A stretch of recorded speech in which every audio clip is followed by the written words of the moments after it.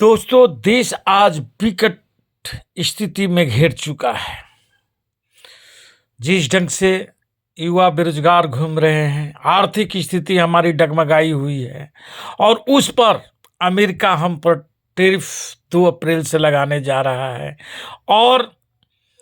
देश की इस हालात के बावजूद commerce minister, central commerce minister जिस ढंग से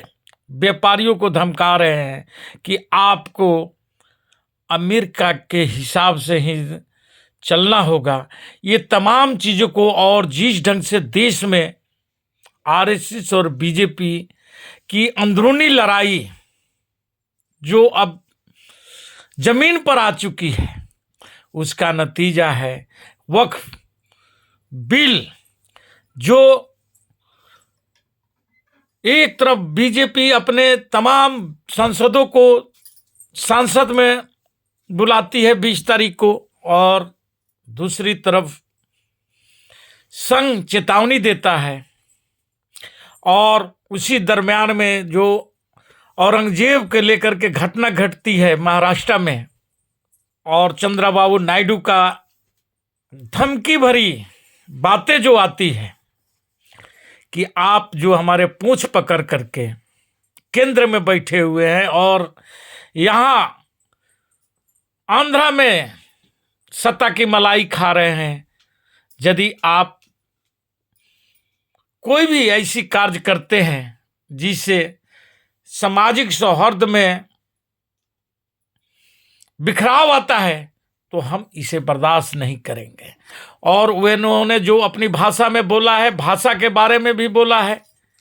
उसका भी स्टालिन के तर्ज पर चंद्रबाबू नायडू ने विरोध कर दिया है। और अब ये बात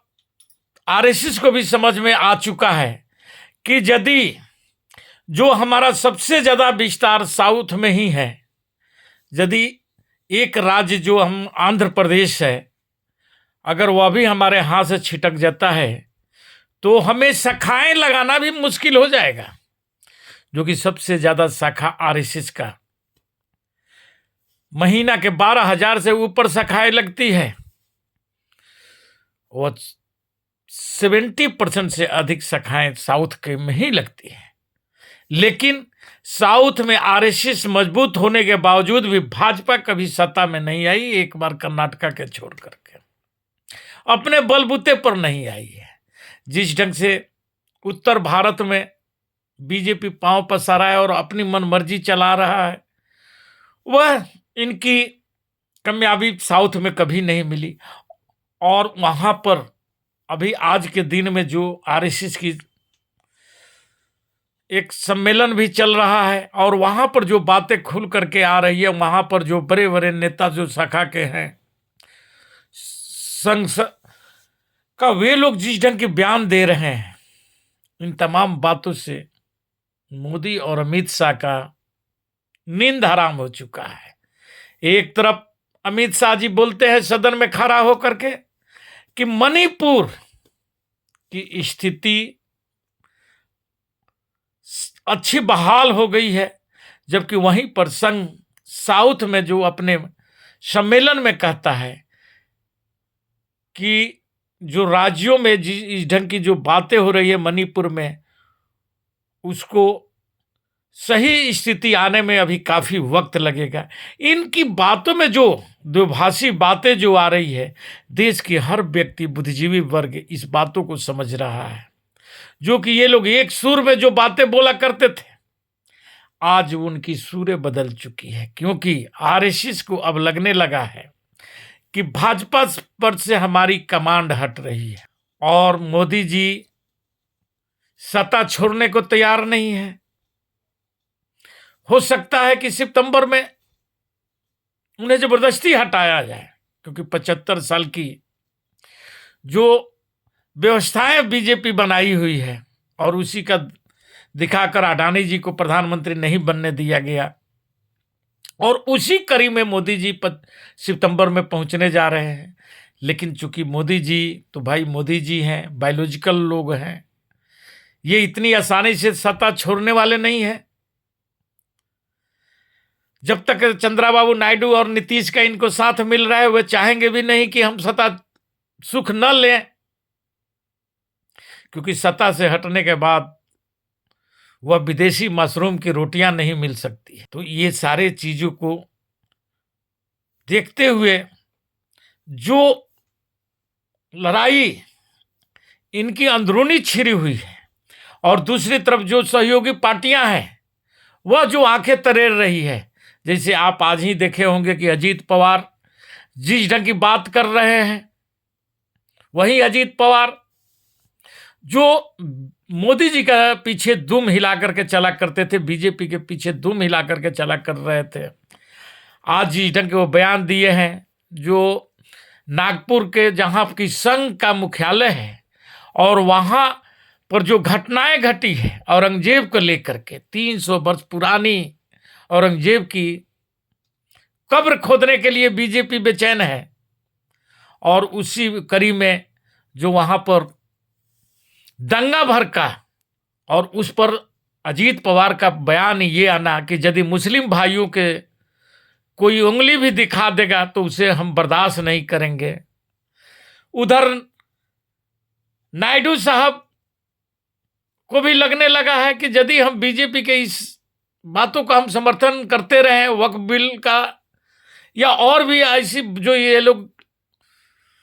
हिंदू और मुसलमानों के बीच में जो खाई पैदा कर रहे हैं, इनका समर्थन करते रहा तो जो हमारी सत्ता है वह भी हाथ से निकल जाएगी। इन तमाम चीजों पर आज और उससे कम हमारे बिहार का नीतीश बाबू के भी साथ नहीं घटित है, लेकिन नीतीश जी के साथ जिस ढंग की बातें आ रही है कि वह मानसिक बीमार हो चुके हैं, और तेजस्वी यादव जो विपक्ष के नेता हैं उन्होंने खुले मंचों से बोल चुके हैं, सार्वजनिक बयान भी दे चुके हैं, लेकिन बीजेपी चूंकि सत्ता की मलाई बिहार की खानी है, इसलिए उस बातों को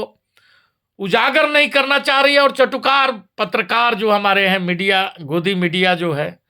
वह भी इस बातों को नहीं निकाल रहा है। जिस ढंग से आपने याद होगा कि 1 साल पहले जो आम चुनाव के समय में यही मोदी जी पूरे आसमान को सर पर उठा करके और नवीन पटनायक के बारे में जो बातें कह रहे थे कि वह बीमार हो चुके हैं, उनसे उड़ीसा चल नहीं रहा है, उड़ीसा के कौन से लोग हैं जो हैक करके रखे हुए हैं, वह सेम कहानी आज बिहार में हो रहा है कि नीतीश कुमार की सरकार को किसने हैक करके रखा है। नीतीश कुमार जब मानसिक बीमार है तो आखिर के बिहार को चला कौन रहा है, ये आज हर बिहार वासियों को सोचने की बात है, क्योंकि बिहार की जनता नीतीश कुमार को वोट दिया है, बैक डोर से सरकार चलाने के लिए नहीं दिया है। जो आज वहां के अधिकारी, और या तो हम खुले शब्दों में बोल रहे हैं कि भाजपा की जो बी टीम वहां पर है उनके द्वारा वह सरकारें चलाई जा रही है। नीतीश कुमार आज के दिन में मानसिक अस्वस्थ हो चुके हैं, क्योंकि जो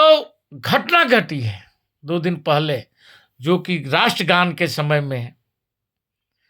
कोई भी व्यक्ति यदि संवैधानिक पद पर है वह आचरण नहीं कर सकता था, जो कि वह आचरण किए हैं। उस समय लोग चुप रहते हैं और मौन धारण किए हुए रहते हैं या राष्ट्रगान को गुनगुनाते हैं, लेकिन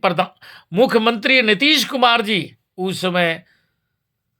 जो मुख्य सचिव है उनसे बात कर रहे हैं, प्लस पत्रकारों को प्रणाम कर रहे हैं राष्ट्रगान के बीच में। भले भाजपा लालू यादव के उदाहरण दे रहे हैं कि लालू यादव कुर्सी पर बैठे रह गए, लेकिन ये तो वही बात हो गई कि आप भी किए हैं तो हम भी कर रहे हैं। इससे देश नहीं चल सकता है। देश के आपको अपनी एक विचारधारा को देना होता है।